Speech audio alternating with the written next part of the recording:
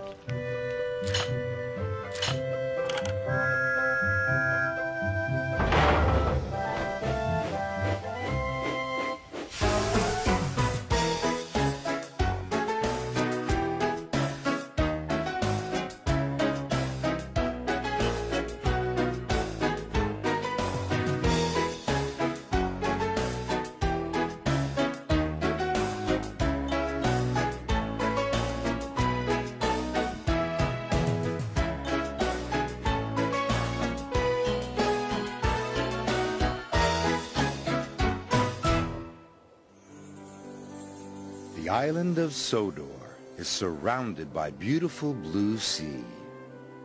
It has fields of green and sandy yellow beaches.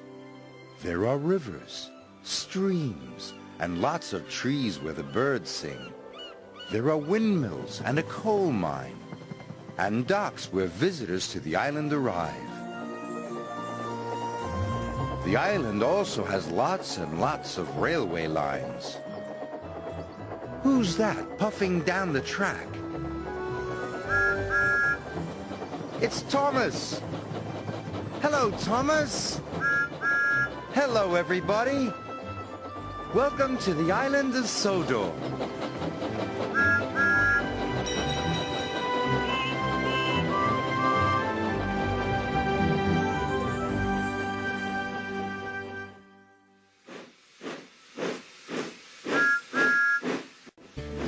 A visit from Thomas.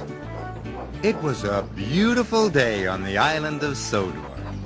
Thomas was taking Sir Topham Hatt to the new school construction site. Sir Topham Hatt had given the land for the new school.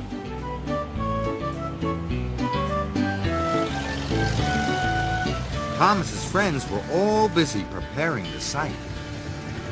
A school is the proper use for this land, Sir Topham Hatt said proudly. Let me show you the football field, said Miss Jenny. Buster was having a wonderful time rolling the earth flat. It'll be a great football field, said Miss Jenny. Great, said Sir Topham Hatt. Alfie was happily digging foundation trenches for the school library. It will be a splendid library, said Miss Jenny. Splendid, said Sir Topham Hatt. And this will be the swimming pool, she said. She explained that Oliver had to dig carefully. Obviously, a swimming pool must have very straight sides, she said. Obviously, said Sir Topham Hatt. He was impressed. Soon, his visit was over, and he was on his way home.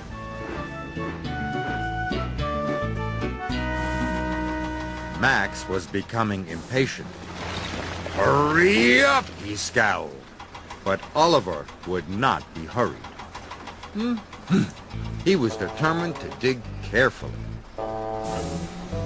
Suddenly, his bucket hit something hard. He slowly scraped away the earth. hurry up there. Roared Max. But I found something, cried Oliver. Look. Rubbish, sniffed Max. It might be important, said Oliver's operator. I'll call Miss Jenny, said the foreman. And Miss Jenny called Sir Topham Hatt. And Sir Topham Hatt called the experts. Amazing, said the expert with the red mustache. This is a dinosaur bone. A dinosaur bone? Said Ned. Dinosaurs were animals that lived a long time ago, said Miss Jenny. Their bones are all that's left. Well, Oliver, said the expert with the fuzzy beard, I wonder if you'd do some more digging for us. Yes, sir, beamed Oliver. He was excited. Soon the experts roped off the area. Oliver changed over to his smallest chisel. This job called for delicate digging.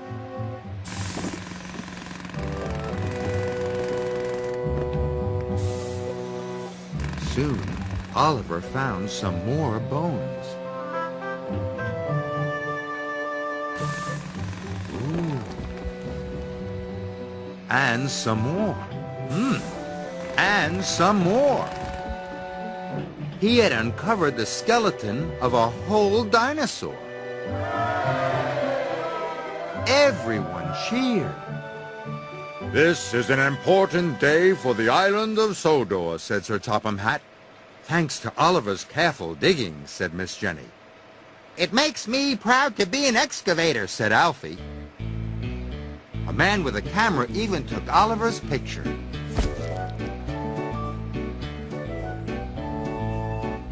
The next morning, Thomas brought Sir Topham Hatt to the yards.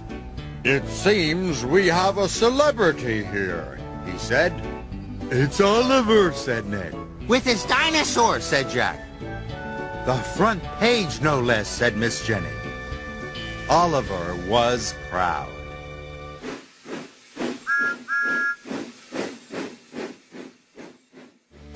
Jack owns up.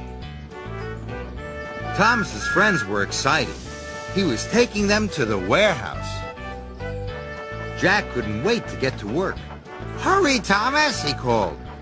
I'm going as fast as I can, chuffed Thomas. Don't mind Jack, called Alfie. He's always in a hurry. Soon, Thomas had delivered Jack and Alfie to the warehouse. Miss Jenny warned them all about the very busy site. So you must be careful, she said. Anyone causing an accident will be sent back to the yard immediately, added the foreman. Ned was worried. He sometimes caused accidents, but he didn't want to be sent back to the yard. Don't worry, said his operator. I'll make sure you don't back into anything. Everyone was working very carefully.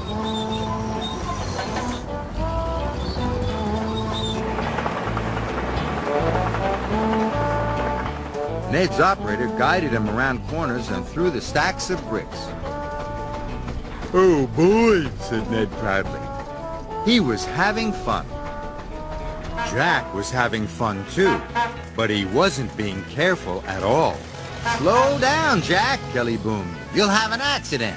"Not me," Jack shouted cheerfully. Thomas could see Jack was being careless. He hoped his friend wouldn't get into trouble. But Jack did get into trouble. He backed into a stack of roofing slate and smashed it into tiny pieces. "Blistering buckets," said Jack. He looked around. No one had seen him break the slate, not even his operator. Jack knew he had been naughty, but he didn't want to get sent back to the yard. So he filled his bucket full of gravel and drove away. Ned didn't see the broken slate and rolled right over it. "Ned!" cried his operator. "You've knocked over the slates!" "I didn't do it," protested Ned. "It wasn't me." But there was nothing Ned could do. It was an accident. His operator would have to call Miss Jenny.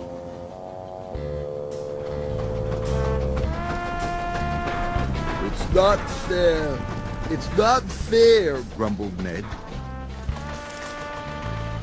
Alfie pulled up just as Jack saw Ned driving slowly away. "Where's Ned going?" asked Jack. "He knocked over some roofing slates," said Alfie. "Thomas is taking him back to the yard." Jack knew it was all his fault. What should he do?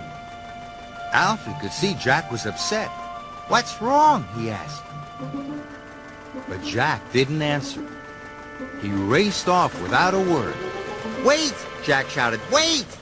Miss Jenny, Ned didn't break the slate. I did. And Jack told her what he had done. Miss Jenny was cross.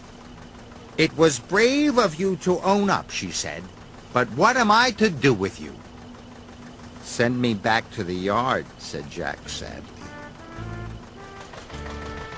And so she did. As Jack was being loaded on Thomas's low loader, he called to Ned.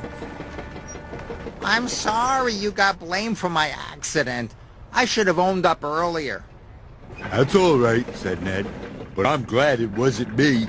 It wasn't me. It wasn't me, sang Ned as he steamed back to work. Good for you, Jack, Thomas called. Good for you.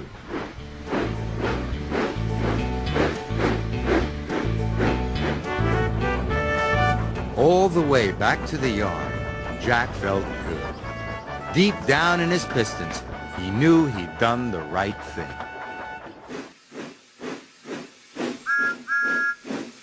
On site with Thomas. It was a simmering summer day on the island of Sodor. Sir Topham Hatt had sent Thomas to help Jack and his friends at the construction site. They were busy working on the foundations for the new community center.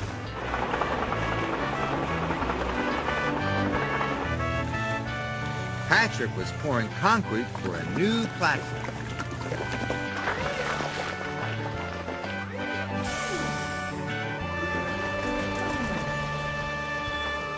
Roasting radiators. It's hot, panted Jack.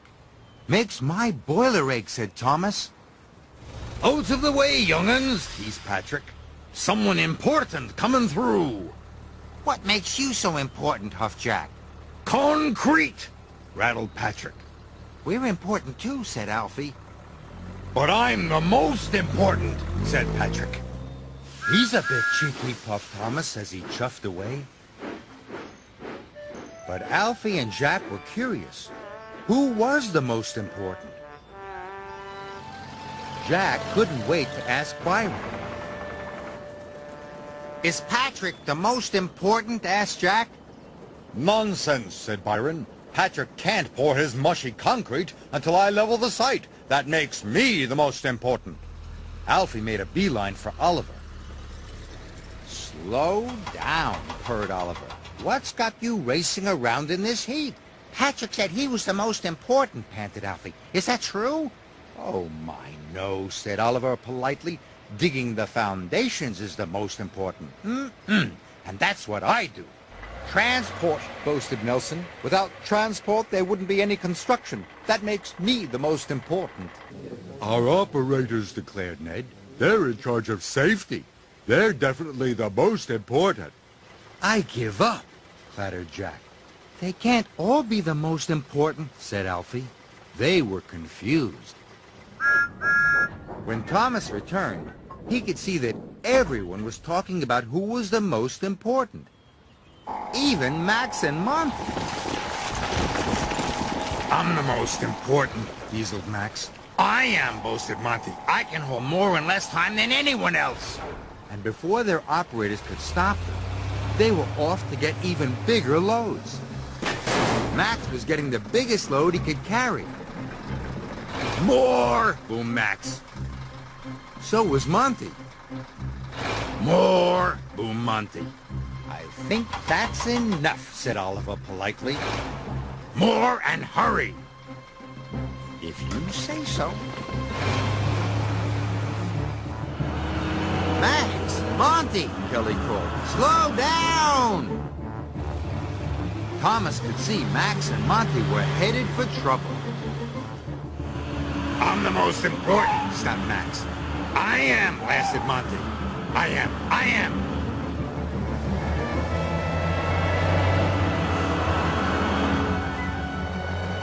Look out! Shouted Patrick.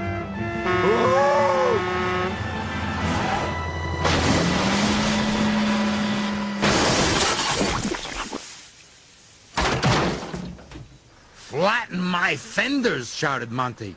Not my fault, called Max. My beautiful concrete, moaned Patrick. My beautiful blue paint, moaned Thomas. Miss Jenny was cross when she heard the news. I'm very disappointed in you two, she said to Max and Monty. You've caused a lot of trouble. And look at poor Thomas. We were only trying to show who's the most important, groaned Max. You're all part of a team, said Miss Jenny. There's no such thing as most important. Not even Patrick, clattered Jack. Patrick? Scolded Miss Jenny. Were you bragging about concrete again? I might have said something.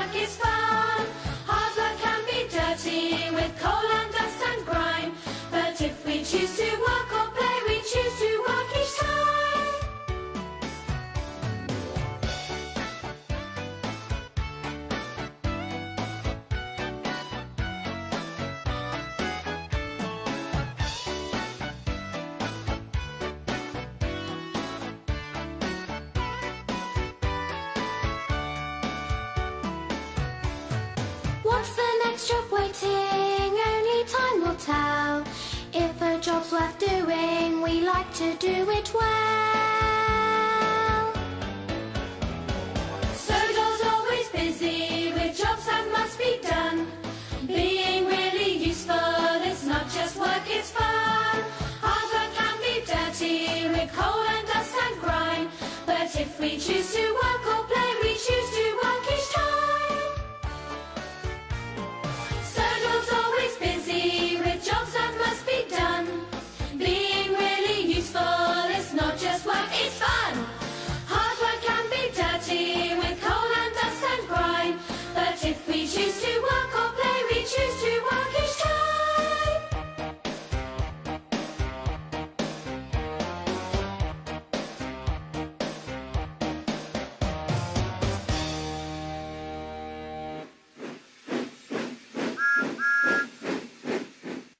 Percy's Scary Tale.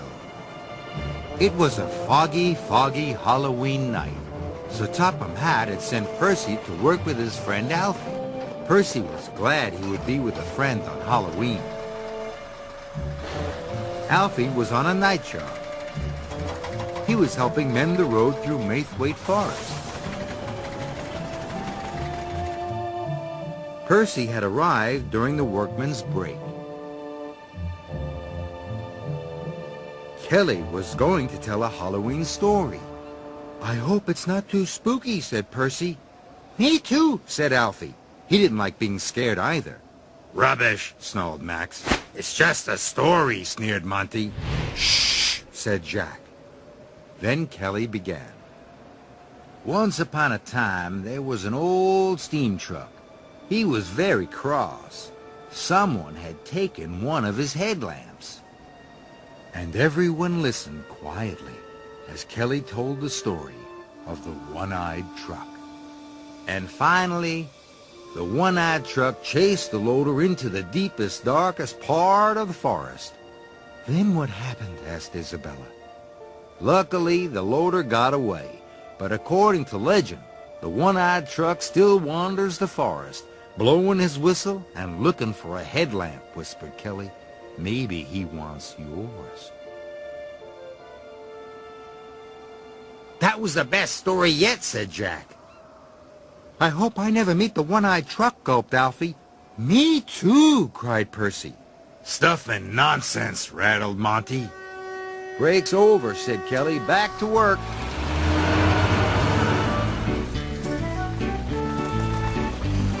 Percy liked working with Alfie. Alfie is small, so is Percy. Alfie is green, so is Percy. They were having a wonderful time. But Max and Monty were up to mischief. It's the one-eyed truck, cried Max. Scaredy, scaredy, Teased Monty. Stop that, boomed Jack. Pick on someone your own size. Max and Monty just laughed. Later, Max and Monty had settled down. Take these loads to the tip in the forest, said the foreman. And be careful, it's very dark. Yes, sir, said Monty and Max, and they left. As they drove deeper into the forest, it got darker and darker. The woods were full of spooky shapes and shadows. It was very scary. Suddenly, Max and Monty didn't feel so brave. What was that? Clattered Max. An owl, said Monty. I hope.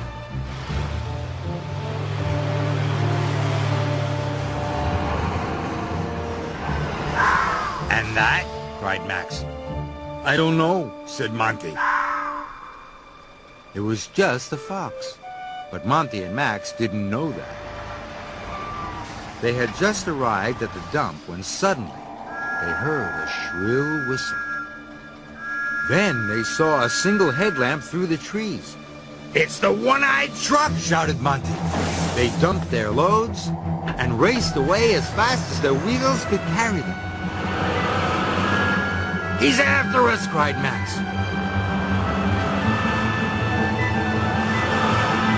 It's the one-eyed truck, Yelped Monty. There is no one-eyed truck, said Kelly. It's just a story, chuffed Alfie. Well, what's behind us then, said Monty. It's Thomas, said the foreman. Thomas, said Percy happily. Hello, Percy, called Thomas. Sir Topham Hatt sent me with some more freight cars. Monty and Max felt silly. They were in a beautiful shade of red. But everybody else had a good laugh. Especially Percy and Alfie.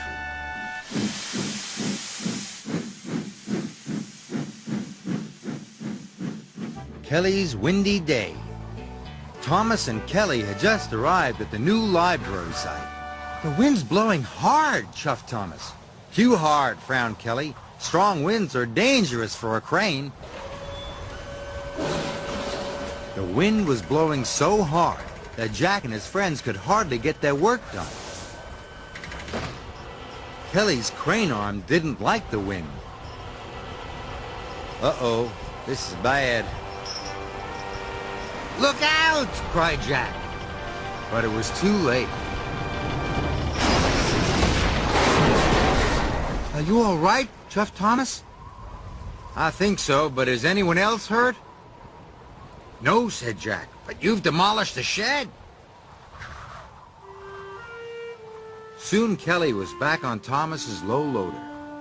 I'm sorry, Miss Jenny, said Kelly. It wasn't your fault, Kelly, said Miss Jenny. We'll get you back to the yard so the repairman could look at those wheels. I'm glad it's only your wheels, said Thomas. Me too, said Kelly. But he was worried. What if he fell over again and hurt someone?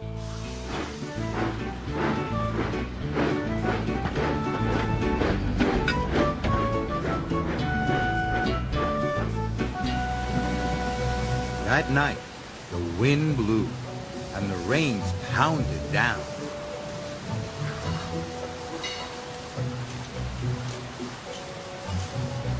The repairman worked all night fixing Kelly's wheels.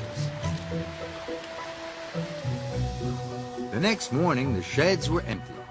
Everyone had gone to work, except Kelly.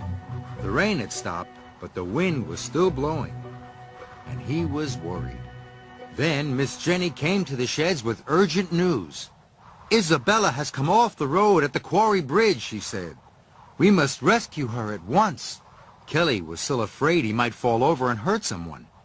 "Can't you send someone else?" he asked. "Kelly, there is no one else. Isabella's in trouble," said Miss Jenny, "and we must rescue her." Isabella was scared. She didn't like teetering on the edge of the road like a seesaw. Soon Kelly and Miss Jenny arrived. "Isabella, are you all right?" asked Miss Jenny. "I think so," answered Isabella. Kelly had to remove the piano first. The wind blew and the piano swayed. "Oh dear, be careful." Soon Kelly lowered the piano safely to the ground. Now he had the hardest job of all, to rescue Isabella. Slowly, he started to pull Isabella back onto the road.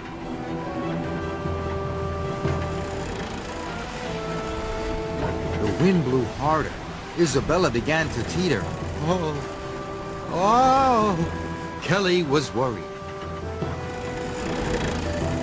He stopped. "What's wrong?" cried Isabella. "The wind's too strong," said Kelly.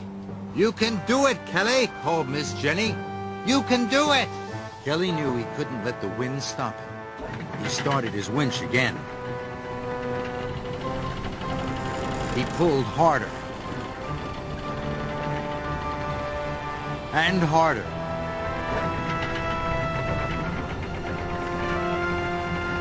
"Oh, mind my paint," the cheeky truck cried. Isabella was finally back on the road. Phew. "Well done, Kelly," said Miss Jenny. "Well done." "Thank you, Kelly," said Isabella. At last, Kelly had his confidence back. Isabella was on her way again. And Thomas could see that Kelly was happy.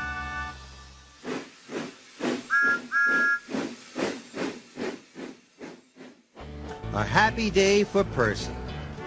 It was a gray, cloudy day on the island of Sodor. Percy was taking Alfie and Jack to Kronk Station. Jack and his friends were going to prepare the site for a new repair shed. But rain had made the site a muddy, mucky mess. "Mud can be dangerous," warned Miss Jenny, "so remember." "Safety first," said Byron proudly. "And that means no carelessness," she said to Max and Monty. "Yes, Miss Jenny," they clattered. Jack and Alfie were having a wonderful time. Alfie liked mud. This was the muddiest mud he had ever seen. "Mud! Glorious mud!" Alfie shouted as he spun around. Byron was working very carefully. His cuts were straight and precise. "Look at that," he chugged. "A work of art." But no one noticed how carefully Byron was working. Max and Monty were still up to no good. "Bust my buffers!" cried Percy. "What do you think of my trench, Oliver?" Byron asked proudly. But Oliver didn't answer. He was too busy trying not to sink in the mud. Byron was upset. He wanted someone, anyone, to say, "Well done." Max and Monty were still up to no good. Ready? Go! "Watch out!" shouted Alfie. But it was too late. Max broke the water supply pipe. Water gushed everywhere. Suddenly, Alfie was sinking into a muddy hole. Help! He cried. I'll get him, clattered Jack. No, shouted the foreman. You'll get stuck too. The workmen shut off the water. But there was no way Alfie could get himself out. Byron, Miss Jenny cried. Can you help Alfie? I'm coming, Alfie, he shouted. Byron could see Alfie was sinking in the mud. Grab my blade, called Byron. Alfie reached out. I can't reach it, he cried. Careful, Byron, shouted Miss Jenny. Careful, you'll sink too.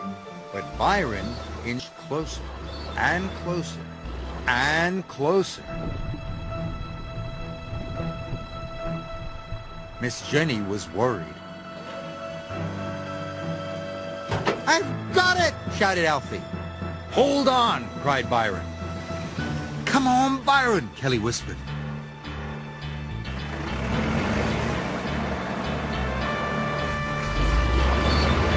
Byron struggled and pulled and strained.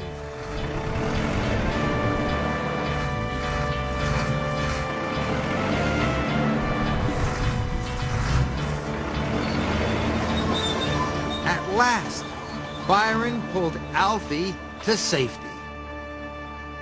Alfie was happy to be out of the mud, and Percy was glad his friend was safe. Well done, Byron, he said. Yes, well done, said the foreman. Well done, shouted Kelly. Well done, shouted everyone. Byron was proud.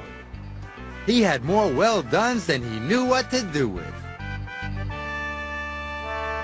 That night at the yards, Miss Jenny had stern words for Max and Monty.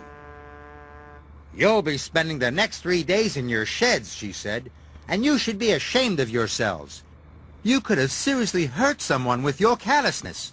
We're sorry, Miss Jenny, said Monty and Max, and they truly were.